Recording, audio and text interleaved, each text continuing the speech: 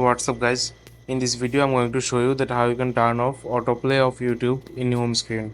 So let's jump into the video. What you have to do first, you have to go to an YouTube app.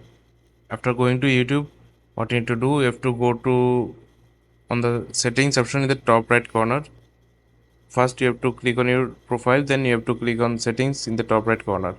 Please guys, make sure you watch the full video and follow every steps that I'm going to show you so that you can stop autoplay on your scrolling feed app in your home screen. After doing so, you have to click on general option in the top right corner.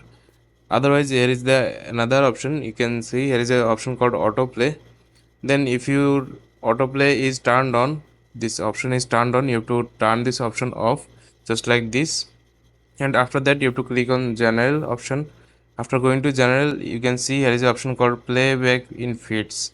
You have to click on this option, playback in feeds. Then if you turn this on Wi-Fi only, then if you are connected to an Wi-Fi, those videos will be automatically played on your scroll if you are connected to Wi-Fi. And then if you have to click on this option again, then if you click on off just like this, then the auto playing on your home screen videos will be turned off.